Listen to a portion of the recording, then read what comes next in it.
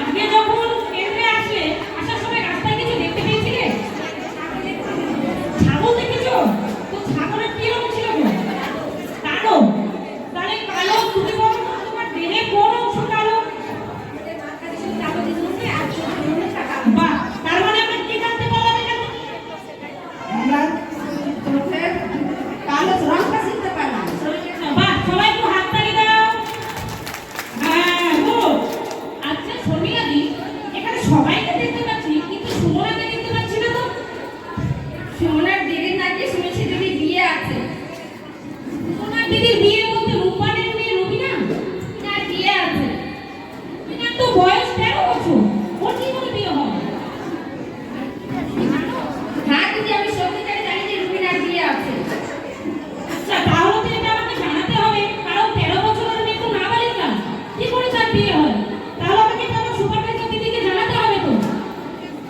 দিদি আপনি জানান।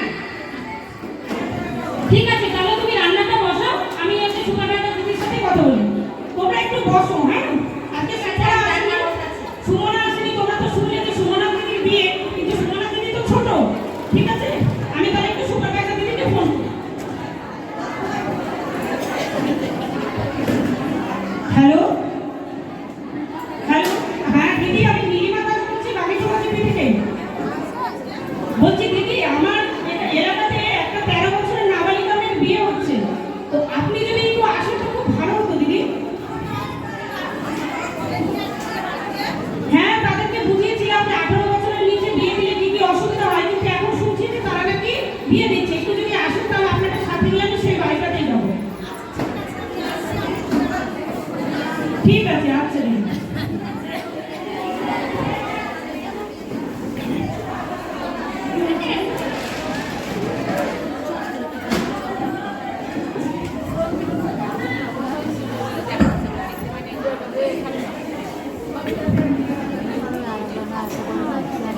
সামনে বসে বসে আমরা দেখতে পাচ্ছি না। আজকে খাবার দাওয়া হয়নি, সবাই প্রিস্কুলটা হচ্ছে, প্রিস্কুলটা হলে তারপরে খাবারটা দেবো বাচ্চাদের। বসে যেহেতু স্পট ফিলিং করাতে হবে, তো হেল্পার দিদি ওদিকে হাতটা ধুয়ে দেবে ভালো করে, তারপর ওদেরকে স্পট ফিলিং করা। তাহলে এক কাজ করুন, আজকে দিদিকে বলুন ওর খাবারটা দিয়ে দিন, আমরা ওই বাড়িতে যাই। আবার দেখা যাবে ওদের তো আবার দিনের বেলা বিয়ে হয়, যদি বিয়েটা হয়ে যায়। আমি কি ঠিক কথা বলেছি? আচ্ছা আমি বলছি, শর্মিলা জি বলছি, সুপারভাইজার দিদিকে নিয়ে সুমনাদের বাড়ি গেলাম। তুমি বাচ্চাদের ভালো করে সবাইকে হাত পরিষ্কার করিয়ে এখানে বসিয়ে বাচ্চাদেরকে খাওয়াও, ততক্ষণ আমরা চলে আসছি। ঠিক আছে দিদি, আমি এখানে সাবান দিয়ে হাত ধুয়ে বাচ্চাদেরকে এখানে খাবার দিয়ে দিচ্ছি। ঠিক আছে।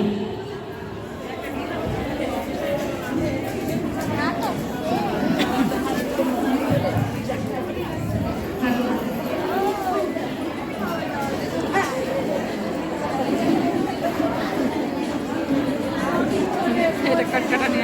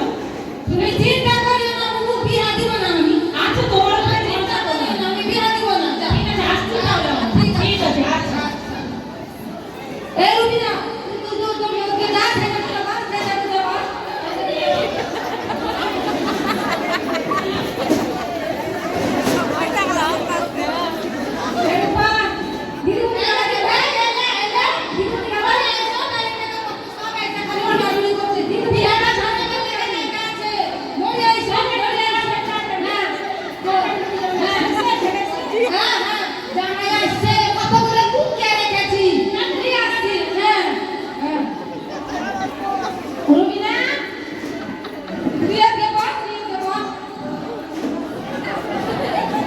জামাই আছে আমার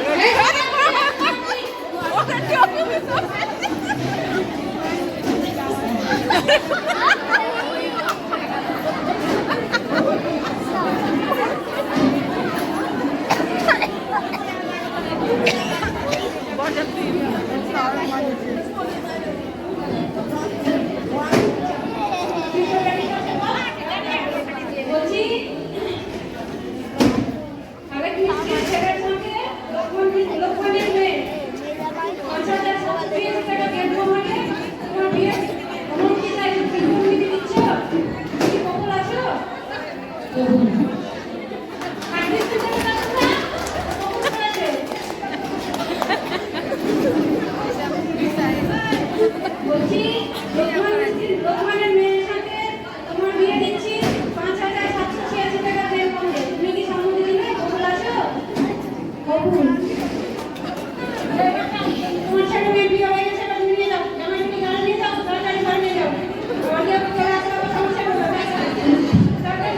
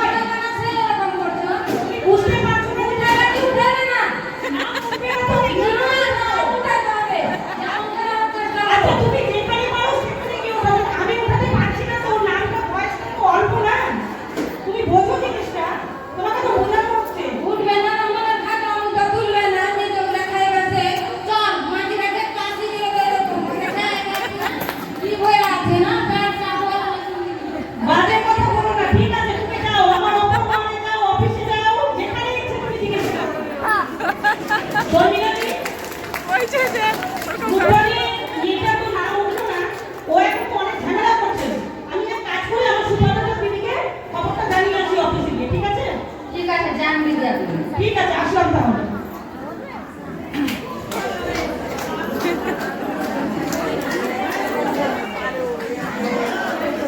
হচ্ছে যে এটা মায়েরা বলছে যে এখানে সেন্টার প্র্যাকটিক্যাল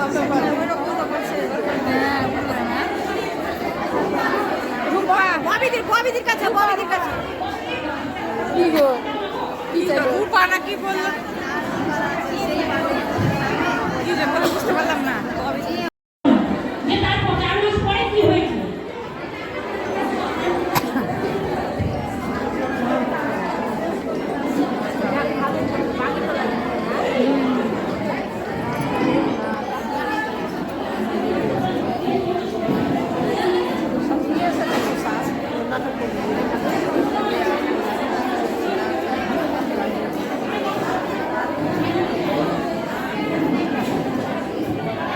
রাতের মধ্যে ম্যানেজ করে নিয়েছে ড্রেস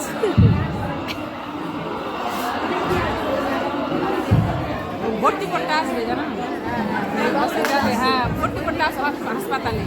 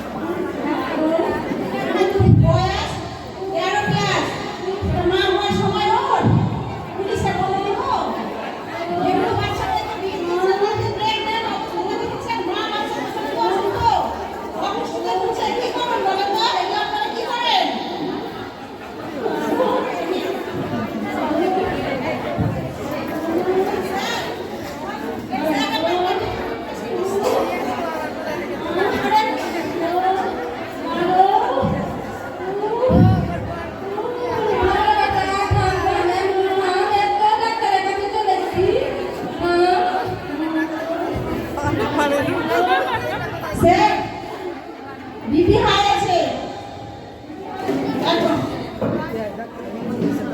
স্যার ও ডক্টর বাবা ছোটটার বরের সব এইগুলো আছে স্যার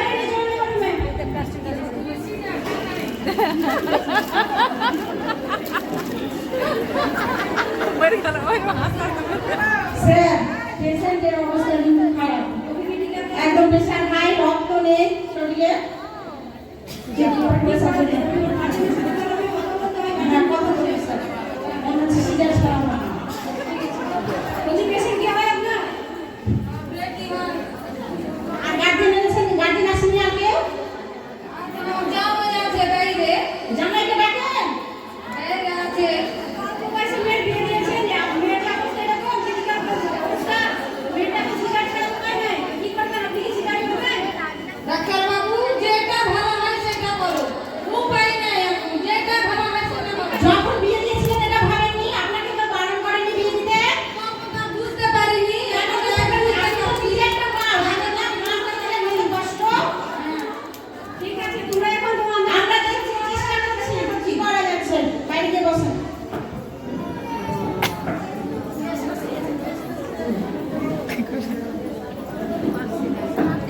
এখানে সেটা হয়ে যা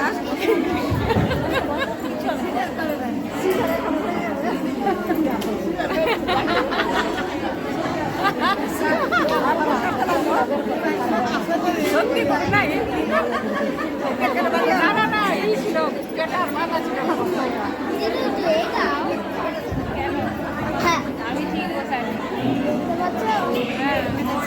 তো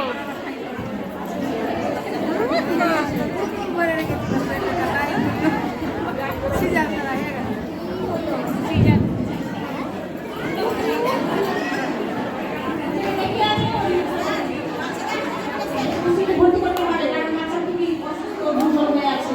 ঠিক আছে তাহলে বাচ্চাকে এসএসসিতে দিয়ে দাও আর মায়ের যখন মাকে দিয়ে দাও গার্জেনকে দেখো গার্জেনকে একবার বলে দাও মা বাচ্চাকে আমরা এই গার্জেন আসো আপনার জামাইকে ডাকুন। দিয়ে আমার মা দিদিমণি আপনার জামাইকে ডাকুন। জামাই কোন দিকে চলে এখন পাঠিয়েছে কোথায় গেছে আপনার মেয়েকে যাই হোক সিজার করে ডেলিভারি হলো কিন্তু খুবই অবস্থা খারাপ, রক্ত লাগলো দু প্যাকেট। বাচ্চাটা অসুস্থ, 1 কেজি মাত্র 800 গ্রাম ওজন হয়েছে। বুঝতে পারছেন কতটুকু বাচ্চা হয়েছে?